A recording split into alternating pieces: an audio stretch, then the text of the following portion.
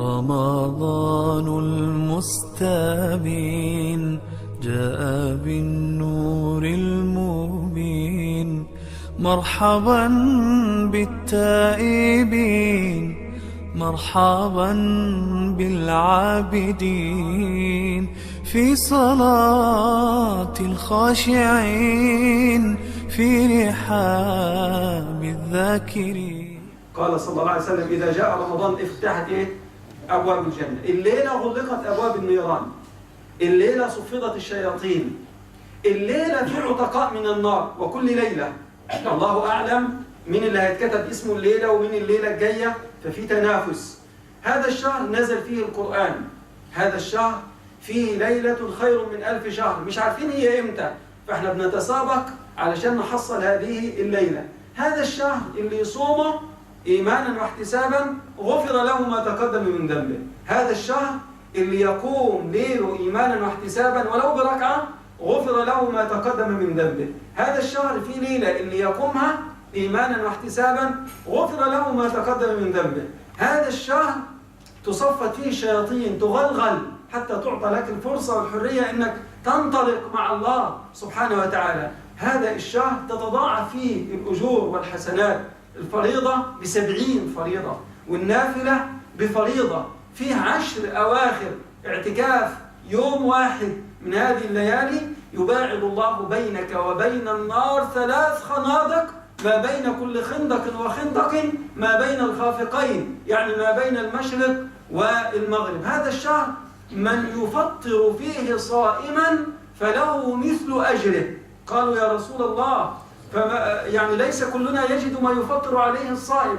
قال: يعطي الله هذا الأجر لمن فطر صائما على مذقة لبن أو شربة ماء أو تمرة.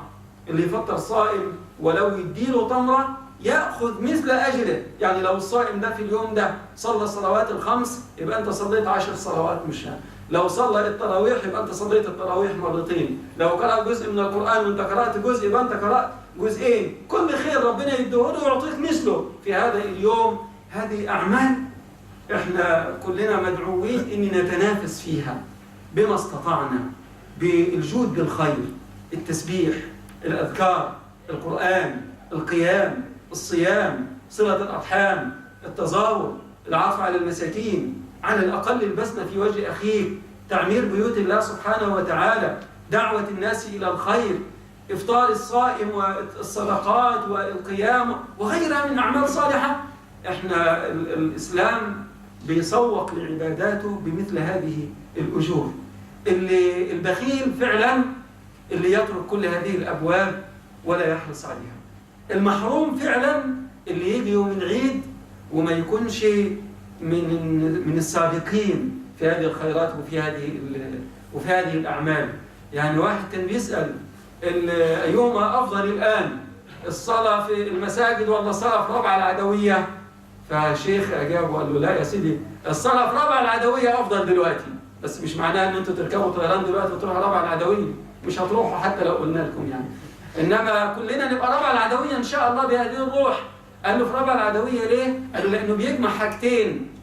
حاجة الأولى العبادة والطاعة زيك زي المساجد، الثانية إنه مرابط في سبيل الله، إنه قاعد على ثغر يراد منه الإسلام. فإذا هزمت هذه القلة والحفنة اللي موجودة أمام جامعة القاهرة واللي موجودة في ربع العدوية، إذا هزم ما عاد الله أن يهزموا، إذا هزموا فلا بقاء للإسلام أصلا ولا قيام له ولا بعد عشرات أو مئات السنين في مصر بعد ذلك. نسأل الله أن يعجل بفرجه ونصره إليهم يا رب العالمين. إحنا محتاجين نتنافس في هذه الخيرات ونستحضرها، ونستحضر أخيرا معنى عظيم جدا جدا يسوق إلينا البشرى كده، إن هذا الشهر وبدون ما تيجي فيها آيات ولا أحاديث على مدى التاريخ دايما الانتصارات الكبيرة اللي بتكون فارقة، اللي تعمل فارق في التاريخ بتبقى في شهر رمضان.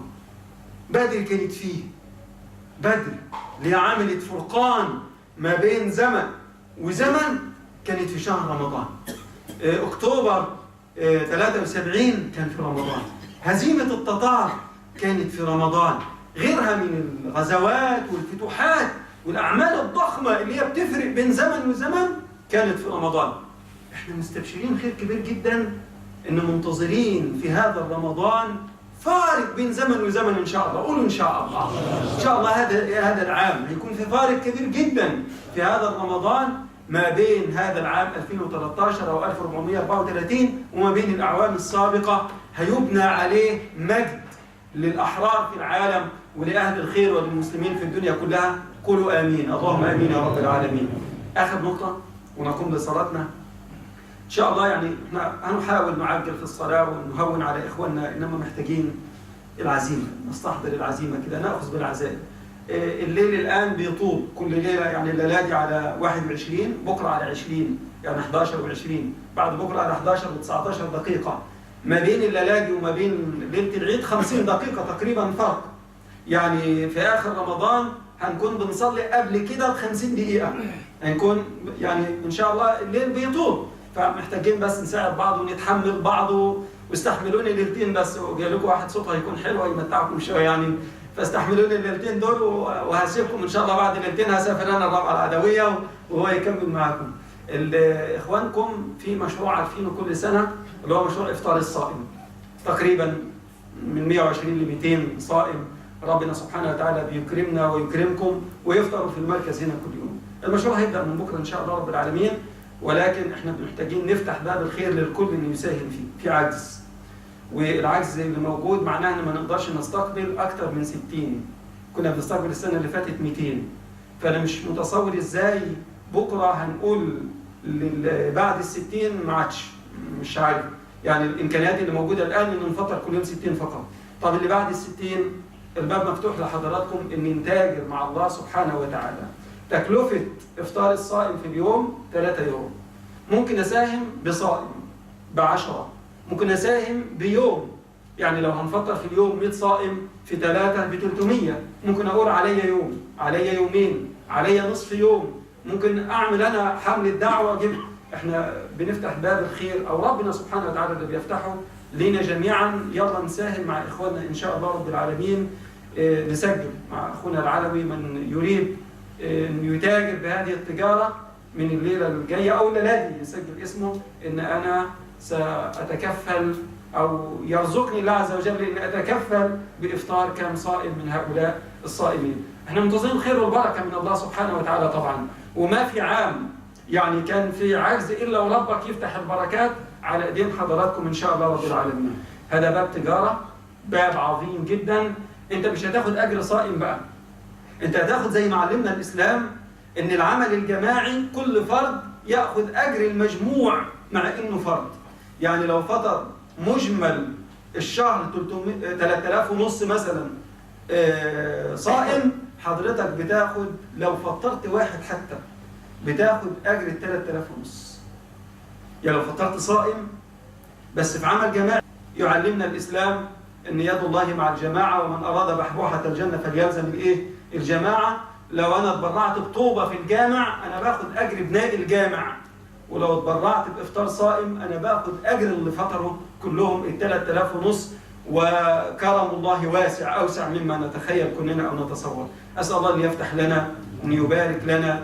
اسال الله سبحانه وتعالى ان يكون هذا الشهر بركه وخير ونصر وفتح للمسلمين وللناس جميعا في كل مكان. اللهم امين يا رب العالمين. قوموا الى صلاتكم. بارك الله فيكم.